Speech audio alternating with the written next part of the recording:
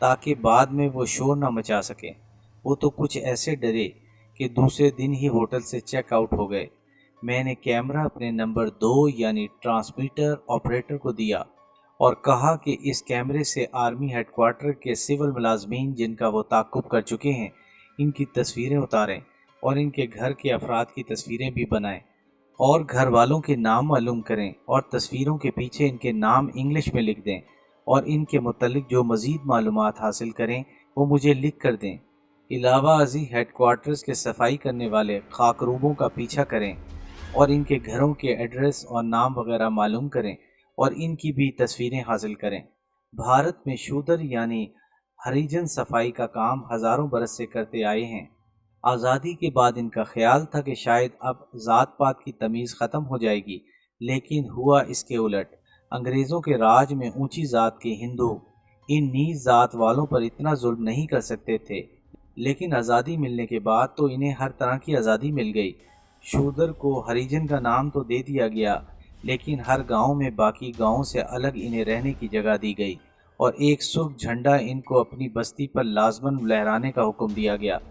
ان کے کنویں اور مندر تک الگ ہیں اور کوئی ہریجن اونچی ذات کے ہندوؤں کے کنووں سے نہ تو پانی پی سکتا ہے اور نہ ہی ان کے مندروں میں جا سکتا ہے۔ اس صورتحال کو ہریجن زیادہ عرصہ برداشت نہ کر سکے اور ہریجن مرد ڈاکوؤں کے علاوہ پھولن دیوی جیسی درجنوں ڈاکوؤں کی ٹولیاں بنی جنہوں نے اونچی ذات کے ہندوؤں سے اپنی ذلت کا خوب بدلہ لیا۔ ہندو اب ہریجنوں پر بہت کم اعتبار کرتے ہیں۔ صفائی کرنے والے ہریجنوں کے علاوہ عیسائی بھی ہیں۔ بھارتی افواج میں صفائی کے لیے عیسائی رکھے جاتے ہیں اور میرے منصوبے کے مطابق مجھے انہی صفائی کرنے والوں سے بہت کام لینا تھا، اس لیے میں ان کے متعلق تمام ممکنہ معلومات حاصل کرنا چاہتا تھا۔ میں نے اپنے چاروں ساتھیوں کو اس کام پر لگا دیا۔ اس دوران مجھے عائشہ کے 2-3 فون آئے اور میں نے اسے فون پر اپنی تڑپ اور محبت کا کچھ ایسا یقین دلایا کہ اس کی آتش شوق کچھ اور بھڑک اٹھی۔ میں نے اسے کہا کہ میری چائے کی بہت بڑی کھیپ بمبئی پہنچ چکی ہے۔ بمبئی کی مونسون اور نمی میں وہ چائے زیادہ دیر وہاں اسٹور نہیں کی جا سکتی اور میں اسے اس علاقے میں بیچنے کے لیے کوشش کر رہا ہوں، اس لیے اس سے نہ مل سکا اور مزید چند روز مصروف رہوں گا۔ ایک روز میں دوپہر سے ذرا پہلے سروسز کلب چلا گیا۔ وہاں ریسیپشن میں بورڈ پر وہاں رہائش پذیر افسروں کے نام اور رینک لکھے ہوئے تھے۔ میں نے جلدی وہ نام اور رینک نوٹ کیے اور کلب سیکرٹری کے کمرے میں چلا گیا اور لکھے ہوئے ناموں میں سے ایک کرنل کا پوچھا۔ اس نے جواب دیا کہ اس وقت تو وہ ڈیوٹی پر گئے ہوئے ہیں اور شام کو 7 بجے کے بعد مل سکیں گے۔ میں نے اس کا شکریہ ادا کیا اور کہا کہ میں نے کرنل صاحب کو پہلے سے نہیں دیکھا، ایک دوست کے ریفرنس سے ملنا چاہتا ہوں۔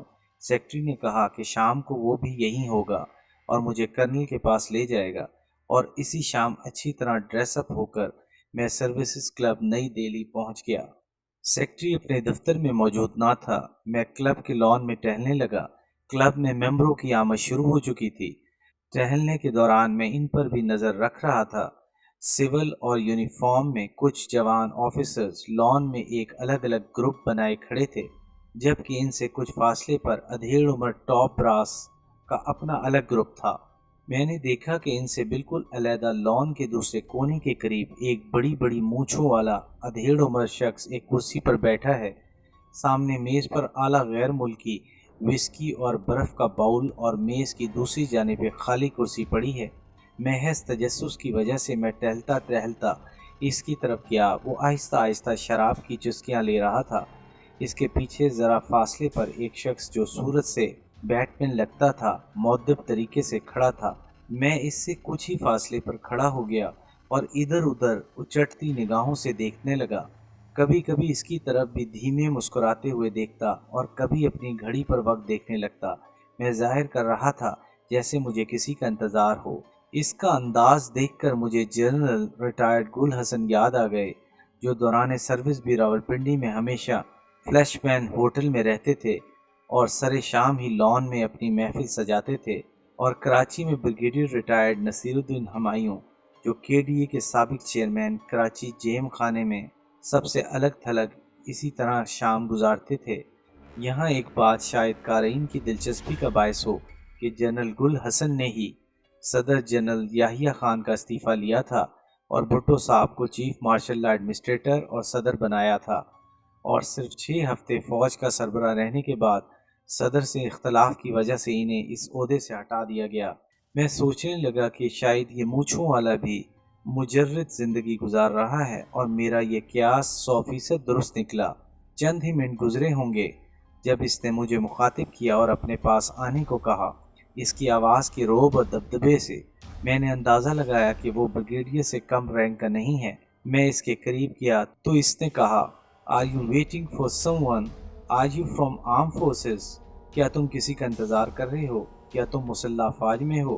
میں نے اسے کہا کہ جناب آپ نے آدھا درست کہا، میں ایک صاحب کے انتظار میں ہوں، لیکن میں سویلین ہوں۔ وہ سر تپا ایک فوجی تھا۔ اس نے میرے سراپے کا جائزہ لیتے ہوئے کہا کہ تم جیسا انسان فوج میں نہ ہو، اگر تم چاہو تو میرے ساتھ بیٹھ سکتے ہو، اور میں خالی کرسی پر بیٹھ گیا۔ میں نے اپنا تعارف کرایا تو اس نے کہا کہ میں فوج میں کرنل ہوں اور جنرل ہیڈ کوارٹرز میں کام کرتا ہوں۔ میں نے اسے کہا کہ آپ نے ایک بات نہیں بتائی کہ آپ غیر شادی شدہ ہیں۔ وہ چند سیکنڈ مجھے گھورتا رہا، پھر بولا، یہ تم کیسے جانتے ہو؟ میں نے جواب دیا، سر دس از آبزرویشن اینڈ فیس ریڈنگ۔ میں نے اس کے چہرے کو بغور دیکھتے ہوئے اپنی بات جاری رکھی کہ آپ کا چہرہ بتا رہا ہے کہ آپ انتہائی قوت ارادی اور فیصلہ کن شخصیت کے مالک ہیں۔ آپ نے صرف ایک بار محبت کی اور اس میں ناکامی کے بعد آپ نے فوج اور ڈسپلن سے شادی کر لی، اور شام کا وقت جو آپ کے ماضی کی تلخ یادوں کو تازہ کر دیتا ہے آپ شراب میں ڈوب کر گزارتے ہیں۔ کرنل ہکا بکا چند لمحے مجھے تکتا رہا۔ مجھے ایسے محسوس ہوا جیسے کرنل بڑی مشکل سے اپنے آنسوؤں کو ضبط کر رہا ہے۔ وہ کرسی پر سنبھل کر بیٹھ گیا۔ اس نے ایک پیک بنا کر میرے سامنے رکھا اور کہا، سوڈا یا پانی؟ میں نے جواباً آن دا راکس کہا۔ اس نے میرے گلاس میں برف کے چند ٹکڑے ڈال دیے۔ کرنل نے میری باتوں کا تو کچھ جواب نہ دیا، لیکن یہ کہا کہ مجھے تم سے مل کر مسرت ہوئی، اور جب بھی جی چاہے شام کو میرے پاس آ جایا کرو۔ In the very limited circle of my friends you are an addition. Colonel نے کچھ دیر بعد اپنے بیٹ مین کو بلانے کے لیے سر پیچھے کیا تو میں نے اپنا گلاس لان کی گھاس پر انڈیل دیا اور تھوڑی دیر کے بعد معذرت چاہتے ہوئے اس کے پاس سے اٹھ آیا۔ اس کرنل کا نام شنکر تھا، اور بعد کے صفحات میں آپ پڑھیں گے کہ اس کرنل کی وجہ سے کتنی کامیابی ہوئی۔ میں کلب سیکرٹری کے دفتر میں گیا۔ وہ دفتر میں موجود تھا۔ وہ مجھے لے کر کلب کی بار میں صوفوں پر بیٹھے ایک گروپ کی طرف لے گیا اور ایک شخص کی طرف اشارہ کر کے کہا، وہ کرنل مدن بیٹھے ہیں۔ پھر اس کے قریب جا کر اسے کہا، سر یہ صاحب دن کو بھی آپ سے ملنے آئے تھے۔ کرنل مدن نے سوالیہ نظر سے میری طرف دیکھا۔ میں نے اسے کہا کہ میں جوشی ریفرنس سے آپ کے پاس آیا ہوں۔ جوشی کا نام میں نے خود گھڑ لیا تھا کیونکہ بھارت میں جوشی نام کے آخر میں بہت استعمال ہوتا ہے۔ کرنل مدن نے چند لمحے ذہن کو کریدا اور کہا، you mean colonel Joshi of eight Punjab? میں نے اس بات میں سر ہلایا اور کہا کہ میری ان سے دور کی رشتہ داری ہے، میں چوپڑا ہوں۔ کرنل ہنستے ہوئے اٹھا، مجھ سے گرم جوشی سے ہاتھ ملایا اور کہا کہ جوشی اور میں جیسور میں اکٹھے تھے، سابقہ مشرقی پاکستان کی ایک چھاؤنی جہاں 71 کی جنگ میں گھمسان کا رنگ پڑا تھا، اور پاکستان اور بھارت کی پنجاب ریجمنٹوں نے انتہائی بہادری سے دو بدو لڑتے ہوئے بھاری جانی نقصان اٹھایا تھا۔ کرنل نے صوفے پر مجھے بٹھایا۔ اس دوران میں نے اپنا کاروباری تعارف اس سے کرایا۔ کرنل نے مجھے پینے کی دعوت دی جو میں نے قبول کر لی اور کہا کہ آپ سے ملنے کا میرا مقصد یہ تھا کہ میں یہاں دہلی میں بہت بور ہو چکا ہوں، خصوصاً شام گزارنی تو ایک عذاب ہے، اسی لیے آج دن کو بھی آپ سے ملنے آیا تھا، اور اب بھی اس لیے آیا ہوں کہ کم از کم ایک شام تو ستھرے ماحول میں گزر جائے۔ اسی لیے آج دن کو بھی آپ سے ملنے آیا تھا، اور اب بھی اسی لیے آیا ہوں کہ کم از کم ایک شام تو ستھرے ماحول میں گزر جائے۔ کرنل نے جواباً کہا کہ بی مائی گیسٹ، میں یہاں کلب میں ہی رہتا ہوں، اور میں کلب سیکرٹری کو ابھی بلا کر کہہ دیتا ہوں کہ تم جب بھی کلب میں آنا چاہو تمہیں میرے مہمان کی صورت میں ٹریٹ کرے۔ اس کے ساتھ ہی سرگوشی میں مجھے کہا کہ جب اکیلے آؤ تو اپنا بل ضرور ادا کر دیا کرنا۔ میں نے کہا I will and thanks for your hospitality. Colonel نے اپنے ساتھیوں سے میرا تعارف کرایا۔ ان کی گفتگو کا سلسلہ جو میری آمد سے ٹوٹ گیا تھا بھی شروع ہو گیا اور میں بڑھ چڑھ کر اس میں حصہ لینے لگا۔ میں چاہتا تھا کہ زیادہ سے زیادہ افسران سے روشناسی اور بے تکلفی ہو جائے۔ اس دوران کرنل مدن نے کلب سیکرٹری کو بلا کر میرے لیے ہدایت دے دی اور تھوڑی ہی دیر میں ان میں گھل مل گیا۔ کلب میں آفیسرز ایوننگ جیکٹس یا ایوننگ سوٹ میں آ رہے تھے۔ وہاں پر فوجی افسران کی پہچان بہت آسان ہوتی ہے۔ آفیسر چاہے کسی بھی رینک کا ہو، بار کے دروازے سے داخل ہوتے ہوئے اٹینشن ہوتا ہے، بالکل اسی طرح جیسے بغیر ٹوپی کے سیلیوٹ کیا جاتا ہے، اور جو اکا دکا سویلین آ رہے تھے وہ سیدھے داخل ہو جاتے تھے۔ اس دوران کلب کی عمارت کے اندر سے زیادہ باہر لان میں رونق تھی۔ لان میں درجنوں میزیں اور کرسیاں رکھ دی گئی تھیں اور نوجوان آفیسرز اور چند جوڑے وہاں بیٹھے تھے۔ کرنل مدن نے قریب 1 گھنٹے بعد کارڈ روم میں مجھے ساتھ چلنے کی دعوت دی۔ میں نے انتہائی معذرت کرتے ہوئے کہا کہ مجھے تاش کے کھیل خصوصاً برج کھیلنا نہیں آتا۔ کرنل کے ہمراہ اس کے 2-3 ساتھی بھی اٹھ کھڑے ہوئے۔ یہ سب میجر اور لیفٹیننٹ کرنل تھے جو باقی بیٹھے رہے۔ میں نے تھوڑی دیر بعد ان سے اجازت لی اور لان میں چلا گیا۔ ٹریننگ کے دوران مجھے بتایا گیا تھا کہ کیپٹن اور نئے میجر تک کے افسران بہت محتاط ہوتے ہیں، جبکہ ہائی براس یعنی میجر سے اوپر کے افسران زیادہ احتیاط نہیں کرتے۔ اگر ان ہائی براس سے میل جول ہو جائے تو پھر نوجوان افسر بھی سینئرز کے ساتھ ملنے جلنے والوں پر شک نہیں کرتے۔ میں کچھ دیر لان میں ایک کونے سے دوسرے کونے تک گلاس ہاتھ میں پکڑے ٹہلتا رہا اور پھر واپس اپنے ہوٹل چلا آیا۔ دہلی میں برسات کا آغاز ہو چکا تھا۔ آسمان پر گہرے بادل چھائے ہوئے تھے۔ تھوڑی دیر بعد ہی بوندا باندی شروع ہو گئی اور پھر گھٹا یوں ٹوٹ کر برسی کہ ہر طرف جل تھل ہو گیا۔ یہاں میں قارئین کی خدمت میں کچھ عرض کرنا چاہتا ہوں۔ ہم 5 افراد جو پاکستان سے مشن کی تکمیل کے لیے بھارت آئے تھے، کوئی غیر معمولی انسان نہ تھے۔ یہ تو ہمارا جذبہ تھا جس کے تحت ہم نے اس خطرناک کام کو سر انجام دینے کا بیڑا اٹھایا تھا اور خود کو والنٹیئر کیا تھا۔ بھارت میں کامیابیوں کے ساتھ ہمیں کچھ ناکامیوں کا بھی سامنا کرنا پڑا جن کا ذکر بعد میں آئے گا۔ دہلی میں آشا سے ملنا، سروسز کلب میں کرنل شنکر اور کرنل مدن سے ملنا، میرے ساتھیوں کا آرمی ہیڈ کوارٹر سے سول ملازمین کے دفتری اور گھریلو حالات کی چھان بین کرنا، اور اس کے علاوہ ہماری مزید بھاگ دوڑ اور کوششوں کا صرف ایک مقصد تھا کہ ہم ہیڈ کوارٹرز میں نہ صرف داخل ہو سکیں بلکہ وہاں رابطے بھی پیدا کریں تاکہ اہم معلومات حاصل کر سکیں۔ ایک رابطے کو تلاش کرنا اور اگر اس میں ناکامی ہو تو پھر دوسرے رابطے کی تلاش کے بجائے میری حکمت عملی یہ تھی کہ دشمن یا اپنے ہدف پر چاروں کی طرف سے حملہ کیا جائے۔ اس میں نہ صرف وقت کی بچت تھی بلکہ دشمن کا کوئی ویک پوائنٹ ملنے کا بھی قوی امکان تھا۔